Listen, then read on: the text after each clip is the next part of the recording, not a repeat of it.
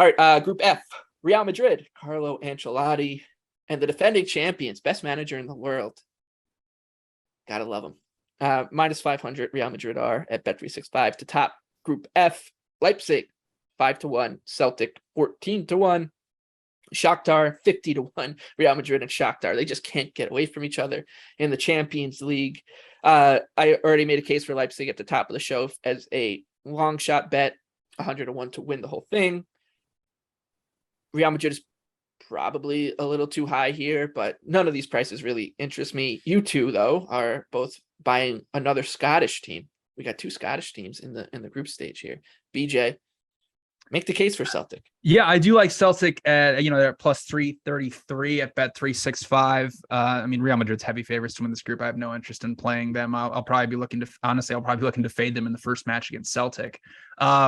Celtic back in the Champions League for the first time since 2017.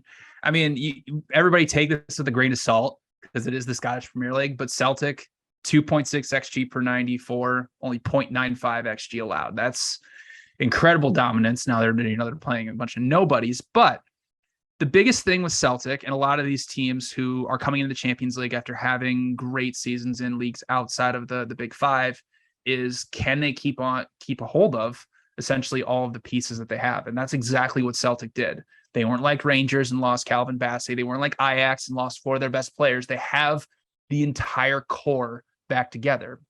And really, this is more of a bet against RB Leipzig, who, did overperform quite a bit in the Bundesliga last year. They have a lot of question marks defensively. They, even early on the season, the XG doesn't show it. The XG, they do have a plus 3.8 through 4 matches, but they have kind of struggled getting results.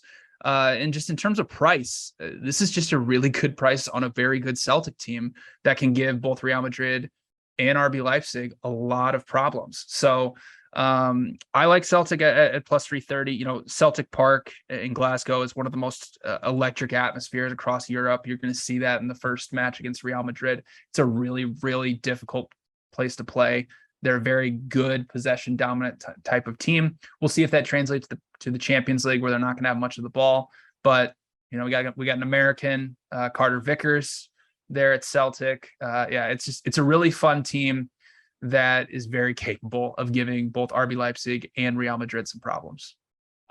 One thing I think to keep in mind with Celtic is Ange Postecoglou, their Greek manager, who also managed Australia in Australia and the national team, is high on a lot of teams' lists. So I think if we do see a big club in, let's just say Aston Villa, for example, and they walk away from Steven Gerrard because he's not good, despite Anthony fawning over him at every corner. I do think that there's a chance he doesn't finish the season with Celtic in a good way. Anthony, you're also going with BJ here, huh? Yeah, I am going with Celtic. I mean, let's look at 538's ratings. They have Celtic at 42% to advance. So, we're getting a plus 350 on them here. And I think the biggest tripwire for Celtic is going to be the Shakhtar games, because I think Leipzig should match up better with them than Celtic does. I think Leipzig, I don't know what to make of Shakhtar. I think, everything that's been going on, and it's very difficult to kind of figure out what we think of them. They lost a lot of players too. And Real Madrid have kind of dominated them in the at least in the results, not necessarily in the performances. But I do think they're a tricky underdog team for a fourth place in this group, because we don't know what we're going to get from them. And they haven't, the Ukrainian season didn't finish last year. And then there's so much upheaval and uncertainty, but I am buying Celtic. And anytime I see, like BJ mentioned, and this was the first thing that I wrote down with them, everybody is back. They did not lose many players. And I think that's a huge difference compared to Leipzig, who didn't lose a ton of players, but also didn't spend any money.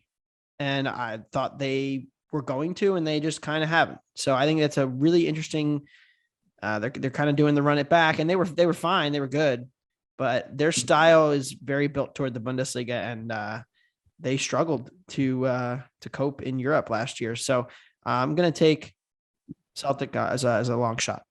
Yeah, one note about Shakhtar real quick, and this is important. They will not have a home field advantage. They're going to be playing their matches in Warsaw, Poland. Obviously, they can't play them in Ukraine right now. So, yeah, it's like to Anthony's point, they lost a lot of players, and yeah, it's very difficult to get behind them. It's a team that I think a lot of us have gotten behind on an individual basis throughout the Champions League in years past. But yeah, this year it's just it's too difficult with the amount of players they lost. They're not going to have home field advantage. Like it sucks, but it's just the reality of where we're at right now with Shakhtar.